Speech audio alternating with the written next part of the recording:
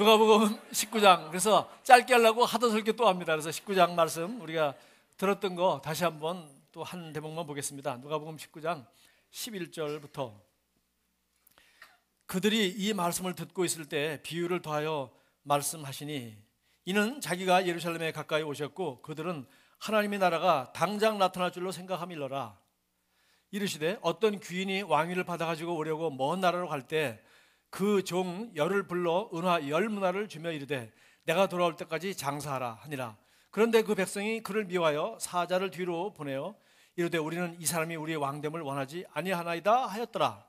귀인이 왕위를 받아가지고 돌아와서 은화를 준 종들이 각각 어떻게 장사했는지를 알고자 하여 그들을 부르니. 그래서 첫째가 와서 우리는 한 문화 갖다 저는 10문화를 남겼습니다. 저는 5문화를 남겼습니다. 어떤 사람은 하나 가지고 그냥 땅에 묻었다 그냥 가져왔습니다. 그래가지고 이야기를 우리가 말씀을 벌써 세 번째 주에 저와 여러분이 나누고 있습니다. 여러분 한 10년, 20년도 전이네요. 그래서 우리나라에 아주 대단한 이단이 성황할 때가 있었는데 그 이단은 이름이 다미선교예요. 뭐냐? 다가올 미래에 대한 선교, 다미선교에서 매달 며칠에 예수님이 재림하신다. 예수님 재림은 맞는 말입니다. 그러나 매달 며칠에 온다 그러면 이거는 성경에 있는 말이 아니잖아요. 그죠? 그날과 그 시는 아무도 모른다고 예수님이 말씀하셨어요. 근데 어쨌든 그렇게 하는 사람도 있습니다. 그래서 이 이단이 주장 중에 하나는 너 거기 가면 구원 못 받고 자기 믿는 거 요거 자기한테 들어와야지 구원 받는다거나 아니면은 언제 예수님이 곧 오신다. 그러니까 뭐 시집 갈 필요도 없고 직장 생활 할 필요도 없고 공부할 필요도 없고 헌금할 필요도 없고 돈 저축할 필요도 없고 다 여다 헌금해라. 다 어떻게 해라. 뭐 이런 식으로 이게 이제 극단적인 재림은 맞지만은 이 세상을 그냥 다 별게 아니라고 생각하고 오직 예수님이 오실 그날만을 바라보고 살아야 된다라고 하면서 누구만을 믿어야지 지금 되게 그 사람이 많은 이단이 교주가 한국 사람입니다. 누굴 믿어야 된다는 둥, 예수님 가지고 부족하다는 둥 이런 얘기를 하죠. 그러나 한 가지 우리 성도들도 깨달아야 되고 우리도 약간 좀 조심해야 되는 게 있어요. 그건 뭐냐면은 우리 신앙생활을 반드시 예수님 재림과 거기에만 재림이 분명한 것이고 예수님이 다시 오신다고 했으니까 그렇게 오실 것을 우리가 믿어야 되지만은 그러므로 이 세상 삶은 중요한 것이 아니다. 영혼 구원만 중요하지 나머지는 다 지나가는 것이다. 그러니까 오직 직장 생활도 다 그만두고 다 영혼 그렇게 해야 되겠다. 그래가지고는 안 되죠. 여러분 설사 나는 이 일을 해서 선교사가 되고 목사가 되고 뭐가 되겠다 한다 하더라도 여러분 이 세상에서 목회자는 약 3% 이상 교회는 필요하지 않다고 합니다. 그러니까 지금 우리 한국적인 지금 설정에 봐서는 지금 이렇게 세상에서 있다가 보니까 정말 나도 영혼 구원하고 목사가 되지. 이것만이 주님이 가장 기뻐하는 일이야. 빨리 재림하시기 전에 나도 영혼을 구원해야지 해가지고 직장 그만두고 신학교 가고 아니면은 처음부터 직장 생활도 안 하고 고등학교 때 은혜 받고 신학교 가고 해가지고 졸업 받고 신학대학원 나와서 안수 받고 해서 목회를 하는데 최근 제가 신문에 읽은 거 보니까 지금 목사님들도 세금 내야 된다 이거 주장하는 목사님들이 몇 분 계시는데 무슨 문제가 있는지 아세요? 우리나라에서 세금 낼 만한 사람은 약 20% 목사님밖에 되지 않고 80%는 뭡니까? 기초생활수급 대상자가 많다는 거예요. 여러분 여기 개척교회 한번 가서 얼마 살이 받는지 물어보십시오. 지금 이렇게 교회가 농어촌 교회가 자립이 안 되고 먹고 살기도 힘든 이런 상황에서 지금 그러니까 정말 저희만 해도 충분히 세금 낼 수 있는 그런 능력이 있는 교회죠. 대부분의 교회들이 그렇지 못하고 어렵다는 겁니다. 그런 상황입니다. 자 이렇게 해서 무슨 얘기냐면은 우리가 이 세상에서 살아가는 이 삶이 너무나도 중요하다는 겁니다. 주님이 말씀하셨습니다. 내가 다시 온다. 내가 왕위를 받아가지고 다시 올 것이다. 이 예수님 재림에 대한 얘기 분명히 맞죠. 왕위를 받아가지고 내가 다시 올 것이다. 그런데 나의 왕됨을 원하지 아니하는 자들은 여기 우리는 왕의 됨을 원하지 아니하나이다. 예수님을 주님으로 섬기기 원하지 않습니다. 내 인생 내 마음대로 살겠습니다 하는 사람들이 많이 있다는 거예요. 그러나 어쨌든 간에 주님은 중간에 오시지 아니했습니다. 어느 날 드디어 주인이 왕위를 받아가지고 왔습니다. 그때 주님이 한 가지만 물어봤습니다. 내가 준 그 한 문화 가지고 너는 어떤 장사를 해가지고 얼마를 남겼냐고 각자 물어보고 이제 마지막 결론을 내리셨죠. 자 그래서 오늘 저와 여러분이 나눌 이야기가 바로 오늘 여기 제가 앞에 읽은 것입니다. 그들이 뭐라 그랬어요? 그들은 11절을 보니까 하나님 나라가 당장에 나타날 줄로 알았다는 거예요. 한 가지만 좀 더 생각해 보세요. 드디어 이건 예수님이 십자가 지기 직전 얘기입니다. 그런데 예수님이 십자가에 주시고 죽으셨다가 부활하셔서 제자들과 40일 동안 계셨습니다. 그리고 승천하기 직전에 12제자도 마지막 물은 것이 이겁니다. 주여, 하나님의 나라가 임하는 것이 이때입니까? 예, 주님이 하나님 나라가 이 땅에 임하는 것이 지금입니까? 라고 사도행전 1장 6절에 예수님이 제자들이 예수님께 물었습니다. 그때 예수님이 부활하셔서 승천 직전에 예수님이 뭐라고 했습니까? 그날과 그 시간은 아버지께 속한 것이고 너희는 뭐요? 오직 성령이 너에게 임하시면 너희가 권능을 받고 예루살렘과 온 유대와 사마리아까지 이르러 땅끝까지 이르러 내 증인이 되라. 그것이 사도행전 1장 8절입니다. 6장에 그 나라가 임하는 것이 지금입니까? 똑같은 질문을 했어요. 그런데 1장 6절에 그런 질문을 했을 때 주님은 7절에 그렇게 얘기하고 8절에서 이렇게 말씀하셨어요. 그러니까 주님이 다시 올 때까지 너희들은 뭐하라? 이 땅에서 내가 올 때까지 열심히 살아라. 그것을 오늘 한 문화에 비해서 보니까 나눠주는 문화, 그걸 가지고서 우리에게 주신 시간과 재물과 기회와 달란트와 재능과 이 모든 것을 활용해서 지금 이 자매처럼 편입을 하기 원한다든지 아니면 취직을 하기 원한다든지 아니면 무슨 사업을 하기 원한다든지 하나님이 우리가 이 땅에서 주신 한 문화를 가지고서 장사를 하는 것으로 비유를 하셨습니다. 그러니까 우리 인생에 대한 전체적인 얘기죠. 그래서 오늘 여기 이 이야기를 듣는 그 회중은 그동안 두 번 설교를 들어보신 것과 마찬가지로 회중 중에 두 사람은 이름을 우리가 알고 있고 나머지 이름을 모릅니다. 많은 사람들이 지금 이 말씀을 듣고 있습니다. 그 중에 한 사람은 여리고성으로 예수님이 가까이 가셨을 때 소리를 지르면서 다윗 자손 예수가 나를 불쌍히 여소서 하면서 소리를 지르서 예수님을 만나게 되었고, 그리고 예수님이 눈을 고쳐줘서 소경이 눈을 뜨게 된 이제 바디메오라는 사람입니다. 그러니까 이 사람이 소경으로 거지로 살다가 이제 눈은 떴지만 여전히 매우 가난하겠죠. 무슨 기술을 배웠겠습니까? 뭐 공부를 했겠습니까?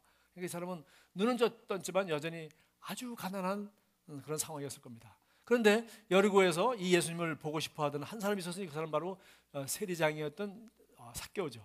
그래서 삭개오는 예수님 꼭 한번 보려고 했는데 예수님이 자기보다 더 관심을 가지시고 이름을 부르시면서 내가 너희 집에 묵어야 되리라. 그래서 그 집에 가서 식사 대접을 했더니 그 자리에서 삭개오가 저희 재산을 반을 가난한 사람들을 위해서 나눠주겠습니다.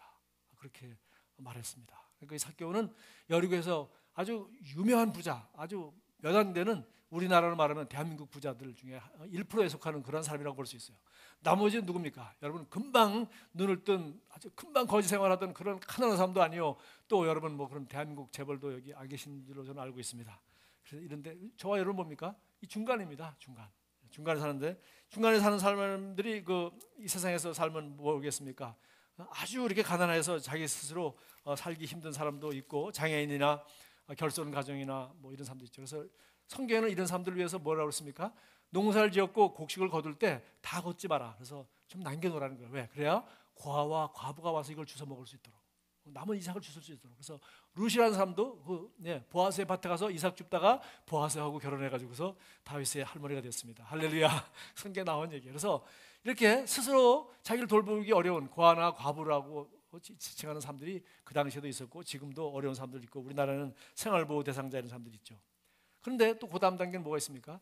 이제 직장을 구하지만 아직 구하고 있지 못하는 사람, 아니면은 구하고 있지 못하다가 포기하는 사람. 그러면 어떻게 먹고 삽니까? 나라에서 먹여 살리는 기초생활수급자장자로 해서 나라에서 부자들한테도 세금 많이 매겨가지고 그걸 가지고도 먹여 살리든지, 아니면은 부모님이나 배우자나 아니면은 뭐 자식이나 누구에게 다른 사람의 수입에 딴 사람이 일해가지고 번 돈에 얹혀 살 수밖에 없는 것이죠. 그렇습니다. 그런데 이제 두 가지만 더 남았습니다. 하나는 뭐냐면은 바로 수입보다 많이 쓰는 사람하고 수입보다 적게 쓰는 사람이 있어요. 수입보다 많은 사람 쓰는 사람은 빚을 진 사람입니다. 그래서 요새 그 하우스포라는 사람이 이름이 나와서 하우스포가 뭔가 봤더니 집값이 늘 올라갔으니까 지난 한 20년 동안 조금씩 다 올라갔으니까 일단 집이 있어야 되겠다. 그래야지 전세생활 안 하겠다 해가지고 이제 융자를 해가지고 집을 살았는데 집값은 자꾸 떨어지고 하다 보니까 이자 갚기도 바쁘고 집값은 더 팔 날이 너무 억울하고 이자 낸게 억울해서 그래서 못 팔고 있다 보니까 앞으로도 집값 올라갈 가능성은 매우 어렵다는 거죠. 그러다 보니까 이자 내고 하면서 매우 어려워요. 집은 가지고 있지만 실제적으로 가난하다는 겁니다. 그런 경우도 있고 그뿐만 아니라 뭐 아주 새로운 용어가 더 나왔어요. 뭐냐? 허니문 푸어도 있답니다. 허니문 푸어는 뭐냐? 결혼하려고 보니까 전세 얻으려고 보니까 이 동네에 최소한도 1억 있어야 전세 오겠다. 1억 5천만 원 있어야지 작은 아파트 오겠다.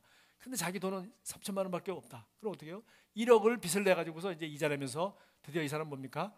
멋있는 아파트에 사는 신혼생활 아름답고 멋있지만 봉급법 돈 벌어서 대부분 예, 신혼 때부터 예, 이자하기 하기 바쁘고요. 그래도 신혼여행 다 가야죠. 뭐 차 사야죠. 뭐 명품 가방 사야죠. 이러다가 이건 빚으로 사는 인생이 되고 마는 것입니다.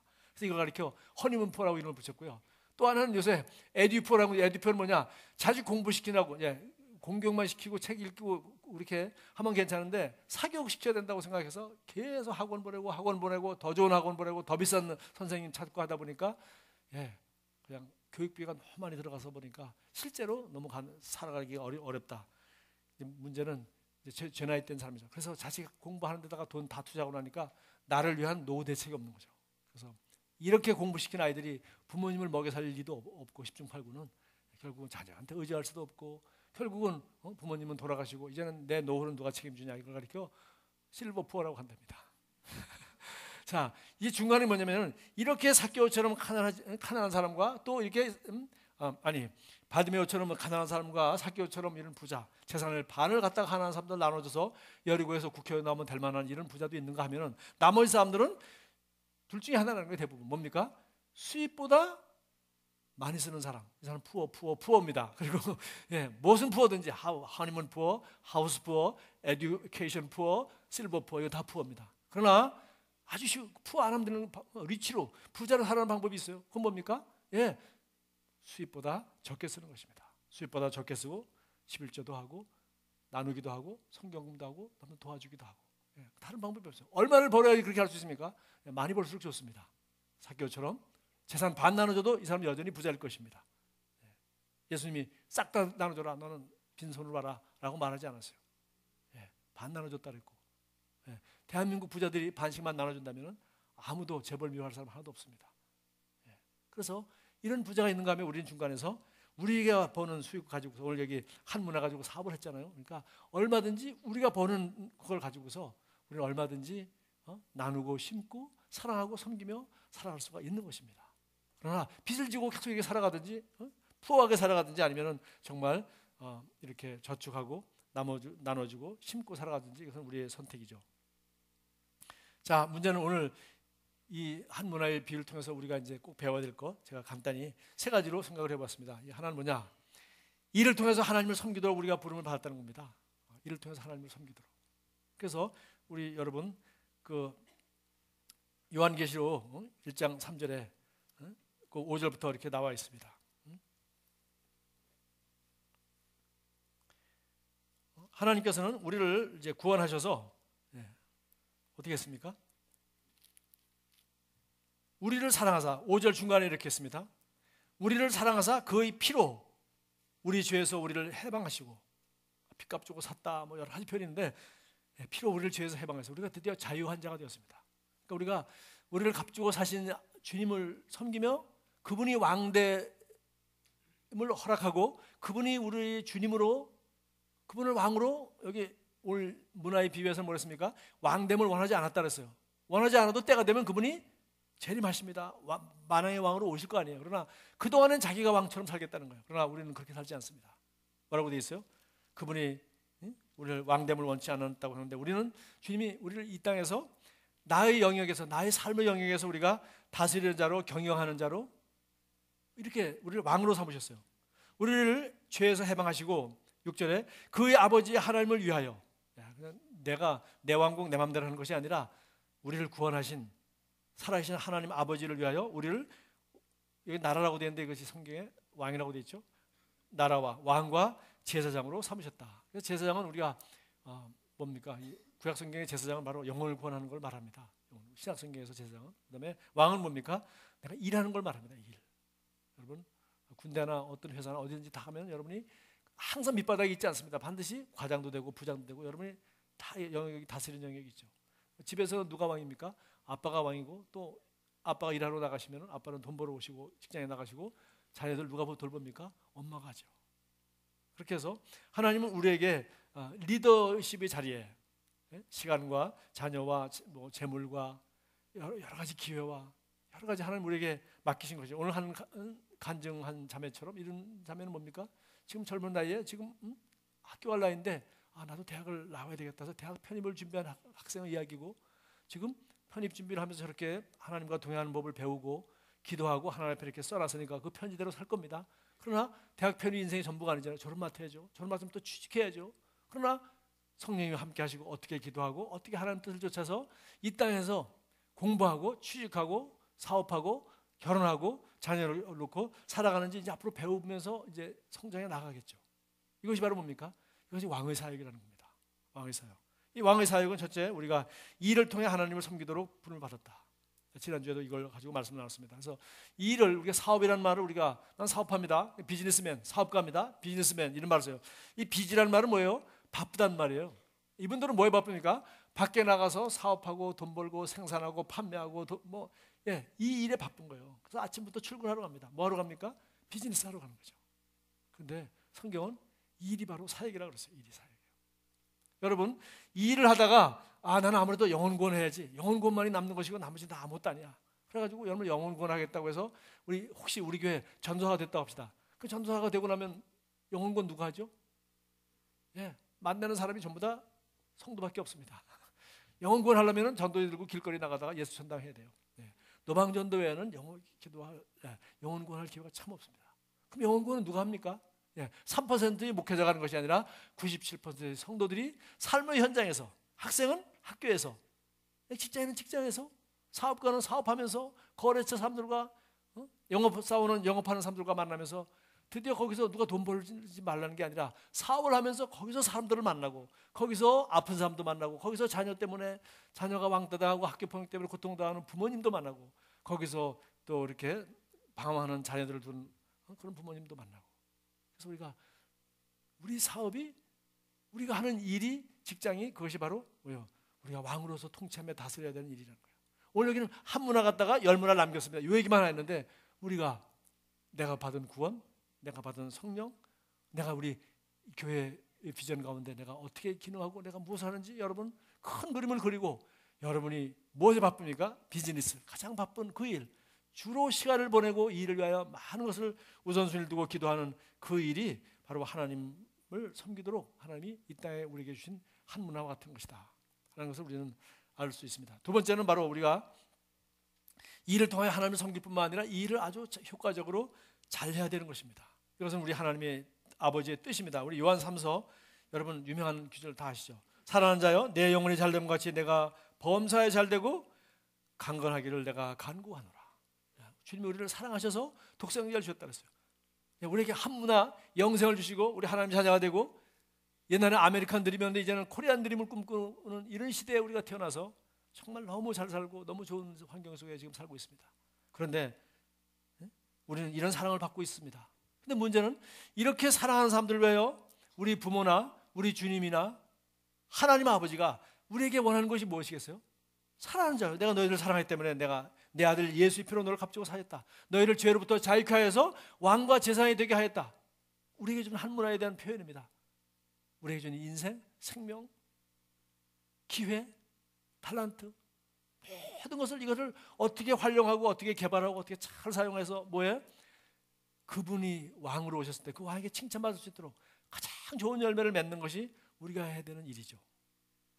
그래서 보세요. 사랑하는 자요, 내 영혼이 잘됨과 같이. 오늘 우리 자매님 간증 보십시오.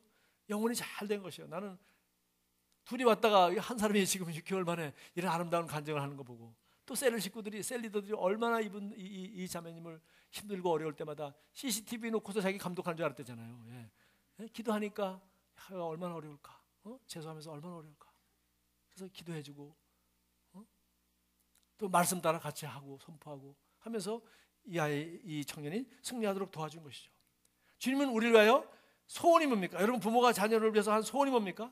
아들을 주신 하나님 아버지께서 우리에게 주신 소원이 뭡니까? 내 영혼이 잘됨과 같이 내가 범사가 뭡니까? 공부하는 사람은 공부하는 거, 취직하는 거, 내가 사업하는 거, 영업사원 하는 거, 이 범사가, 네가 하는 일이 잘되고 강건하기를 원하노라. 내 영혼이 잘됨과 같이. 그래서 우리는 늘 얘기합니다. 나는, 우린 영적 존재, 나는 영이 혼을 가지고 그 육체를 살고 있기 때문에 우리는 아까 간증에 나온 것처럼, 얘야, 언니도 입을 사용하고 하나님 말씀을 선포하고 입을 잘 사용하면 기적을 체험할 수 있어. 할렐루야. 어서 들은 얘기죠. 영혼이 잘됨과 같이 공부가 잘되고, 영혼이 잘됨과 같이 이 기도에 응답받고. 근데 얘는 기도만 해서 될 문제가 아니잖아요. 공부를 해야죠. 디스크가 나가서 공부를 했다는 얘기예요. 아니에요. 2시간, 3시간 자면서. 그렇게 공부를 했다는 겁니다. 그래서 내가 하는 공부가 잘 되고 그리고 건강하기를 원합니다. 그래서 대학 합격해놓고서 누워있으면 어떻게 했어요? 몸도 건강해야죠. 우리가 이걸 너무 잘하는 말입니다. 그러나 우리가 이런 간증을 통해서 그런 학교 갔다. 그보다 더 좋은 학교도 가는 사람도 있고요. 또 학교 간다고 다 되는 것도 아니에요. 대학 졸업하고 졸업 맞는 순간부터 실업자 되는 사람도 얼마나 지금 많습니까? 대학교 졸업생들이 취직 안 돼가고 지금 공부하고 준비하는 우리 청년들이 얼마나 많은지 우리가 알고 있지 않습니까? 그러나 정말 중요한 것은 3절에 말했습니다. 형제들이 와서 내게 있는 진리를 증언하되 내가 진리 안에 생한다 하니 내가 심히 기뻐하노라. 바로 이거죠. 진리 안에 생하는 거죠. 나는 하나님, 그날 저녁에 하나님 아버지께 내가 편지 씁니다. 나는 왜 이 학교를 가고 싶어 합니다. 이 학교가 나의 마차가 될 것이며, 마차가 뭔지 모르는 우리 교회 성도는 없죠. 마차를 우리가 나의 직장, 내가 전도하도록 영혼 구원하도록 내가 타고 있는 마차를 말합니다. 그래서 내가 이 마차가 필요합니다. 그리고 저는 이런 꿈을 가지고 있습니다. 이렇게 주님을 섬기며 살아갈 것입니다. 그런 걸 썼다는 거예요. 안 쓰고 급할 때 몇 마디 하면 나중에 기억이 안 납니다. 잊어버렸습니다. 하면 끝이에요. 그러면 안 되죠. 그래서 이분은 편지 썼다니까 참 얼마나 기특한지. 진리 안에 생한다니 내가 심히 기뻐하노라. 여러분 이런 간증 보면서 같이 기뻐하잖아요. 야, 저 말씀대로 청년들은 저렇게 아름답게 말씀대로 살아가서 승리하는 모습이 아름답구나. 내가 내 자녀들이 진리 안에 생한다 함을 듣는 것보다 더 기쁜 일이 없도다. 할렐루야. 자, 이렇게 해서 우리는 뭐요? 하나님이 일을 잘하는 것이 당연합니다. 진리 안에 생하는 것이 당연합니다. 여러분 마태복음 28장 아시죠? 주님이 말했습니다. 자, 그 나라가 지금 임하십니까? No. 예수님 뭐라 했어요? 하늘과 땅의 모든 것을 내게 주셨으니. 그분이 모든 것을 가지고 계세요. 그러나 그분은 우리 친구들을 구원할 수 있는 능력은 그분에게 없습니다. 그분이 할 수 있는 일은 다 하셨습니다. 다 하시고 하나님 보좌 우편에 예수님이 앉으셨다 그랬어요. 우리가 가서 너희는 가서 성령이 임하면 권능을 받고 예루살렘과 유대와 사마리아와 땅가서 예루살렘, 유대, 사마리아 너는 가서 모든 족속이 뭡니까? 학교 선생님은 학교로, 가정주부는 여러분 아파트 이웃으로, 유치원 다니는 아이, 그 다음에 또 초등학교 다니는 아이 둘 있으면 그 아이들 돌보고 하면서 그 아이들 엄마들하고 같이 영어 공부시키면서 여기 와서 그분들과 함께 커피 마시면서 그 영혼들을 전도하는 거죠. 그 영혼들에게 복음을 전하고 그 영혼들에게 아이들 양육에 있어서 문제, 또 여기 있다 보면 남편하고 이혼 직전까지 있는 그런 아주 완전히 죽을 상을 가지고 오는 엄마들 만나고 우리 집사님들이 그걸 딱 보고서 상담하고 합니다. 심지어 먼저 물어보기도 합니다. 왜 이 교회 여자 성도님들은 이렇게 얼굴이 밝고 행복하냐고. 이 커피숍에서 커피 마시는 사람들은 왜 이렇게 행복하고 밝게 보이냐고. 그래서 이 자리가 바로 뭡니까? 우리가 하나님의 일을 하는 자리입니다. 자녀 기르는 거 얼마나 중요합니까? 지금 어렸을 때 그때 부모님들이 믿음으로 삶으로 보여주지 않으면 아이들이 크면은 말한 대로 사는 것이 아니라 본 대로 삽니다. 그래서 교회 이 교회 저기 옮기면서 맨날 목사님 여기나 했다든지 어쨌다든지 이러면 애들이 완전히 그 아이는 이제 하나님과 담사하는 겁니다. 왜? 어머니를 통해서 아버지를 통해서 충분히 봤으니까요. 그러면 큰일 나죠. 그래서 우리가 여기 정말 진리 안에 살아가는 것, 우리 너희 형통하는 것, 사업에 성공하는 것, 공부 잘하는 것, 그게 전부가 아니에요. 그것도 중요하지만 뭐예요? 진리 가운데 사는 것, 주님과 동행하는 것. 이 아이가, 이 청년이 경희대학교 편입시험 하나 뽑으면 다 합격했다는 얘기예요. 경희대학교보다 더 좋다고 소문하는 학교도 많고 더 어려운 시험도 많이 있죠. 그러나 중요한 것은 내가 왜 이 마차를 타야 되는지, 내 인생의 목적은 무엇인지, 하나님 저를 이렇게 도와주시길 원합니다. 제가 얼마나 어디가 부족한지 주님이 아시지 않습니까? 그래서 자기가 노력할 때 기도하면서 셀 식구들과 함께 이런 어려운 관문을 잘 통과하는 진리 가운데 승리하고 말로서, 입으로서 기적을 창조하는 것을 맛본 거, 이것이 이 사람에게 큰 실력이죠. 그래서 우리가 하나님의 일을 잘하는 것, 이 땅에서 이 한 문화를 가지고 어찌하든지 아름다운 사업을 잘하는 것, 여러분이 영혼이 잘 된 것 같이 범사 잘 되는 것, 아버지의 소원이요, 예수님의 소원이요, 여러분 부모님의 소원이요, 자녀의 소원이요, 모두의 소원이요, 목사의 소원입니다. 맞습니까? 이건 잘할 수밖에 없는 거예요. 그래서 주님 뭐라 했습니까? 하늘과 땅의 모든 권세가 주님께 있고 너희는 가라. 어디로? 학교로? 병원으로? 어디든지 네가 하고자 하는 그 사업, 네가 하고자 하는 그 일, 네가 하고자 하는 그 연예계, 스포츠계, 어디든지 너희는 가서, 여러분 가서. 그래서 여기 모든 족속이라고 하는 족속은 사실은 우리가 이걸 그 선교학적 용어로 동질성 그룹이라고 합니다. 동질성 그룹. 비슷한 일을 한 사람, 비슷한 문제를 가지고 있는 사람, 비슷한 연령. 꼭 그래야 된다는 건 아니지만 그래야 서로 뭐예요? 말씀을 갖다 적용하기가 쉬워지는 거예요. 적용하기. 우리 2000년의 간증의 주변 사람들이 전부 누구예요? 전부 다 같은 24살, 22살 청춘들 아닌가? 만약에 뭐 연애 문제가 생겼다. 그럼 저한테 와서 얘기하는 것보다 자기들끼리 얘기하는 게 훨씬 빠르지 않겠어요? 저는 언제 필요합니까? 이 사람하고 저는 결혼하고 싶습니다. 근데 목사님, 사모님 이런 문제가 있고 이러는 거였는데 한번 도와주십시오. 이러면 제가 잘 보지. 그러나 결혼하기로 다 정해놓고 줄에나 서주소 하면 저는 시대를 다 정해놓고 줄에나 서달라. 이 애가 저하고 결혼하면 예수 잘 믿겠다고 약속했습니다. 그런 약속은 거짓말이라는 걸 나는 매우 잘 알고 있거든. 그러나 이 아이는 순진하거든. 그러니까 그때는 아빠 같은 목사님도 필요한 것이죠. 그래서 우리가 정말 진리 가운데 사는 것, 그것을 주님이 원하는 일이요, 우리가 잘 되는 것, 대학 생활이든지 취직이든지 일이든지 잘 되는 것이 하나님 뜻이요. 잘 될 수 있도록 하나님은 성령도 주시고 지혜도 주시고 이 말씀도 묵상하고 기도하고 셀에서 같이 낙심하고 포기하려고 할 때 포기하지 말라고 같이 기도해 주는 사람도 있고, 그렇게 한다는 거예요. 그것이 우리의 비즈니스입니다. 우리 일입니다. 이 땅에 사는 목적이고 이것을 성공해야 되는 것이고 이것을 잘해야 되는 것입니다. 그래서 모든 족속을 제자 삼으라고 전부 선교사로 가는 게 아니고 전부 목사 되는 게 아니라 다 돼버리면 심각한 문제들이 생기죠. 그래서 주님은 우리가 직업이, 우리가 섬기는 일터가, 비즈니스가, 미니스트리요, 사역이 바로 우리 이것을 아름답고 효과적으로 성공적으로 해야 될 이유를 충분히 설명하고 있습니다. 마지막으로 사업의 성공이 도시를 다스릴 권세를 받게 한다는 걸 알 수 있어요. 여러분 보십시오.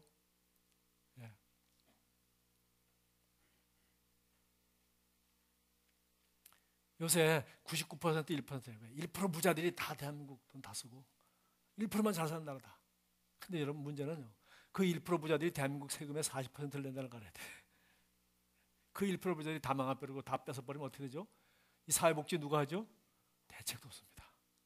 1%를 옹호하는 것도 아니고 1% 미워하는 것도 아니에요. 그렇게 극단적으로 반응할 이유가 하나도 없는 거예요. 보십시오. 이 삭개오 같은 부자가 있기를 원하는 거예요. 우리는 우리 그리스도인 가운데 우리가 삭개오같이 돈을 많이 벌어서 그것을 재산을 반을 나눠준다면 우리같이 10부 11조 하고 그 11조만큼이라도 선교하고 또 우리가 빚 갚고 나면 우리도 좀 더 장학금도 주고 더 좋은 일도 많이 할 수 있지 않겠어요? 우리는 이 복음 전하는 일에 학교를 세워서 정말 복음이 전파되지 않은 그런 나라에 이 복음을 전하는 일을 우리가 애쓰고 있습니다. 그러니까 우리는 이 사업이 성공하는 것이 도시를 다스릴 권세를 받는 거예요. 한번 생각해 보십시오. 이 도시에 누가 제일 영향이 있습니까? 이 도시에 누가 영향이 있죠? 이 여리고라는 도시에 누가 가장 영향력이 있습니까? 이제는 한번 생각해 보세요. 이렇게 유명한 세관장이 자기 그 많은 재산을 반을 나눠서 다 이렇게 나눠주고 좋은 일을 했다는 겁니다. 자, 여리고에 있는 여리고 주립대학, 여리고 대학은 수업료가 반이다. 왜? 삭개오 사장님이 다 했다. 아주 솔직히 여러분, 차병원이라는 병원 아지 않습니까? 차병원 그냥 특별 병원에 선전을 해주는 게 아니라 저희 교회가 거기 임해동에 있었고요. 우리 성도님도 거기 가고 전도하러도 가고 또 아파서 한 사람들도 있고 신방도 가고. 거기는 여러분 다 아실 거예요. 거기는 의과대학 6년 몽땅 병원에서 번 돈 가지고 몽땅 수업료 하나도 안 냅니다. 그렇게 할 수 있는 거죠. 왜? 그분이 좋은 그리스도인 아니에요. 그래서 우리는 이렇게 사업에 성공하면 그렇게 해서 자, 우리 도시에 있는 이 여리고 대학의 등록금의 반밖에 안 내도 되도록 된 것은 대통령이 정치를 잘해서가 아니라 시장님이 잘해서가 아니라 잘하면 뭐 하겠어요? 그 돈을 부패하지 않고 정치 잘하면 됩니다. 시장으로서 잘하면 되고, 그러나 그 돈을 누가 내죠? 이렇게 돈 있는 사람이 그 돈을 잘라서 그렇게 해야 여리고 대학의 수업료가 반으로 될 겁니다. 그리고 삭개오가 이번에 여리고 지역 국회의원 나온다면 되겠습니까? 안 되겠습니까? 청년들은 다 사람 찍어줄 거예요. 왜? 좋은 그리스도인이기 때문에. 나도 돈 있으면 그렇게 하겠다. 그건 아직 돈이 없을 때 생각입니다. 돈이 있으면 반? 11조도 어려운데요.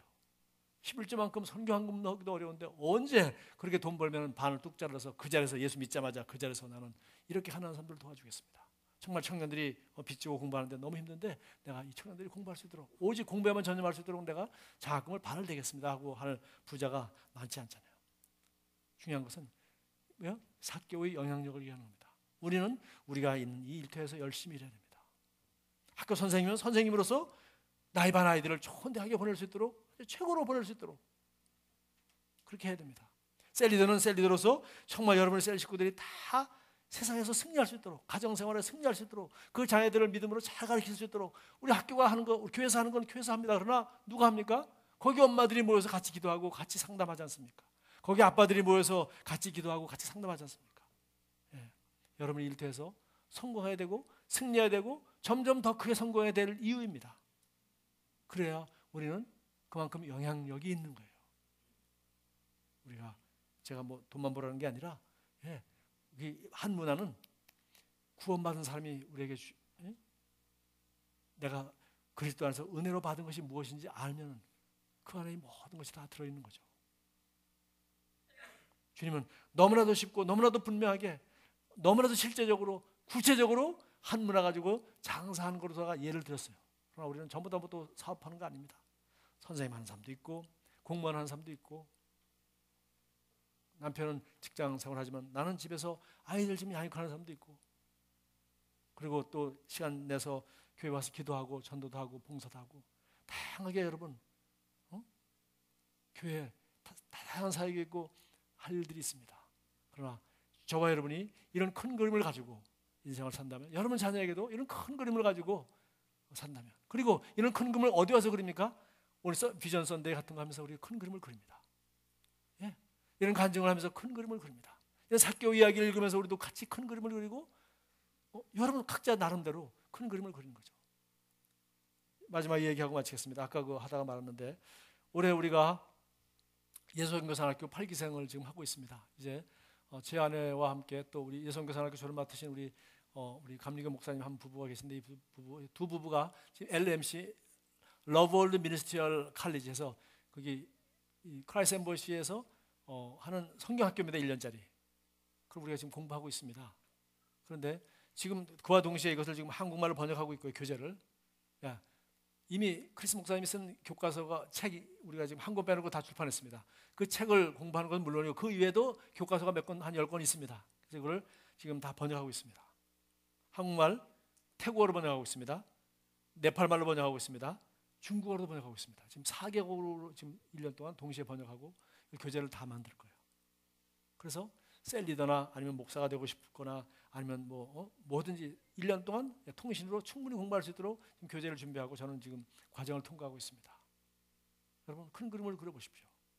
이걸 통해서 수많은 사역자들을 훈련할 수 있습니다. 그리고 우리 크라이스 엠버시에서는 이거 공부하는 게 전부입니다. 그런데 나머지는 누가 목사 되고 누가 선교사 하느냐 전도하고 셀 잘하고 교회 개척에 성공한 사람만 목사가 됩니다. 나머지는 성경 공부는 다 똑같이 원하는 사람 이거 누구나 할 수 있어요. 그게 전부입니다. 그게 예수님 방법이었다는 거 여러분 아세요? 예수님이 12명 뽑아가지고 바리새인 신학교 갔습니까? 성경학교 열었습니까? 안 했습니다. 뭐 했습니까? 삶으로 보여주고 말씀 가르쳤습니다.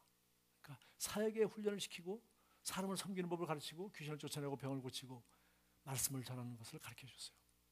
물론 사도 바울은 에베소 같은 데 가서 성경을 철저하게 밤낮으로 열심히 한 1년씩 가르쳤습니다. 그래서 우리가 이 성경을 공부하는 게 필요합니다.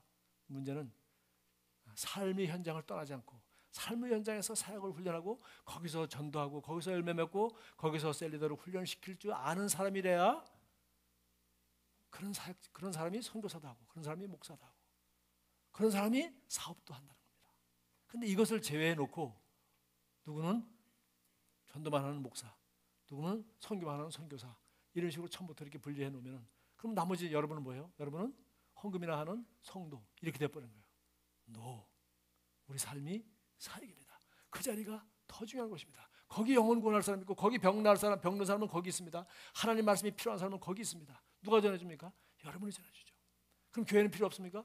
교회는 와서 큰 그림을 그리고 이런 말씀을 체계적으로 배우고 이런 간증을 받고 내 혼자 하다가 힘들 때 셀 식구들과 함께 매주 모여서 말씀 들은 대로 실제로 그렇게 살아가고 있는지 점검하고 확인하고 격려하고 기도해주고 위로해주고 힘을 얻고, 그래서 꿈이 없어서 꿈이 안 이루어지는 것이 아니라 꿈을 계속해서 이룰 수 있도록 격려해주고 영감을 얻고 큰 그림을 보고 우리가 오늘 1년 동안 큰 그림을 그렸고 한 해를 돌아보고 또 한 해를 우리가 그려보았습니다. 한 해뿐만 아니라 10년을 2020 비전을 갖다는 10년을 바라보고 또 지금 하나 겨우 개척하고 2개 개척하고 지금 하고 있지만은 우리는 이거 300개도 충분히 할 수 있는 노하우와 시스템과 교재와 인터넷과 모든 것은 완전히 준비되어 있습니다.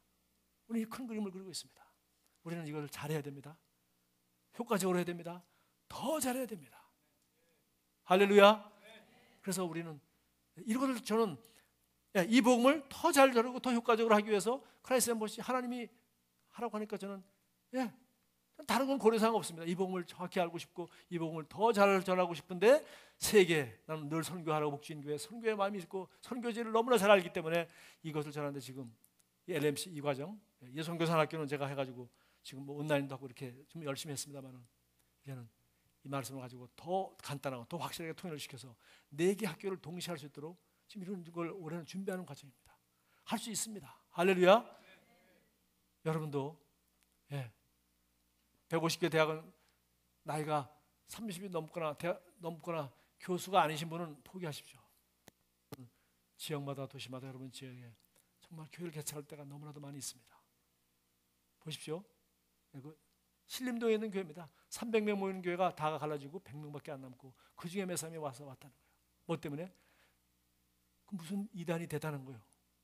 이 복음이 정확하게 복음을 모르면은 지금 우리 한국 교회 성도가 그렇다는 거예요. 그래가지고 동네마다 목사님마다 모이면은 이단 대책이 아니라 가짜 돈에 속지 말라. 너 진짜 복음 하나만 가르쳐주면 가짜 돈도 아무도 이 가짜 돈에 속지 않습니다. 자, 그래서 오늘 비전 선데이 제가 여기서 마치겠습니다.